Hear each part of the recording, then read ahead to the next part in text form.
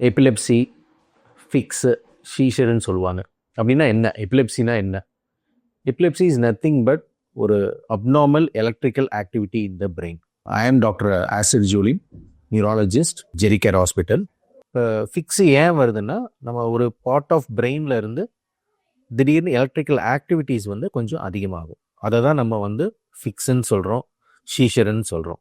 இப்போ சின்ன வயசில் பார்த்தீங்கன்னா ஃபீவர் வந்தாவே ஃபிக்ஸ் வரும். அடல்ட்ஸில் பார்த்தீங்கன்னா ஒரு இன்ஃபெக்ஷன் வந்துச்சுன்னா ஃபிக்ஸ் வரும். அதே ஓல்ட் ஏஜில் பார்த்தீங்கன்னா அதோட காரணங்கள் வந்து வித்தியாசமாக இருக்கும்.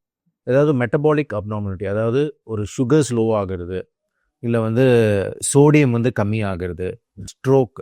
இப்போ ஸ்ட்ரோக் வந்து ஒன்று நம்ம பிரெயினில் வந்து ஒரு கிளாட் வர்றது, இல்லை பிரெயினில் வந்து ப்ளீடிங் ஆகிறது, காஸ் ஆஃப் எபிலெப்சி எல்டர்லி பீப்புளில். இந்த மாதிரி வந்துச்சுன்னா முதல்ல என்ன பண்ணணும்?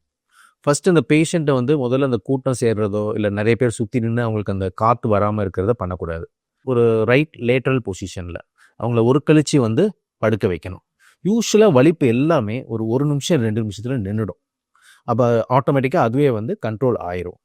அதுக்கு மேலேயும் இருக்குது, 2 நிமிஷம் மேலேயும் அது கண்ட்ரோல் ஆகலை, இன்னும் ஃபிக்ஸ் வந்துகிட்டே இருக்குன்னா நம்ம உடனே வந்து அதை அவங்கள ஹாஸ்பிட்டல் கூப்பிட்டு போகலாம்.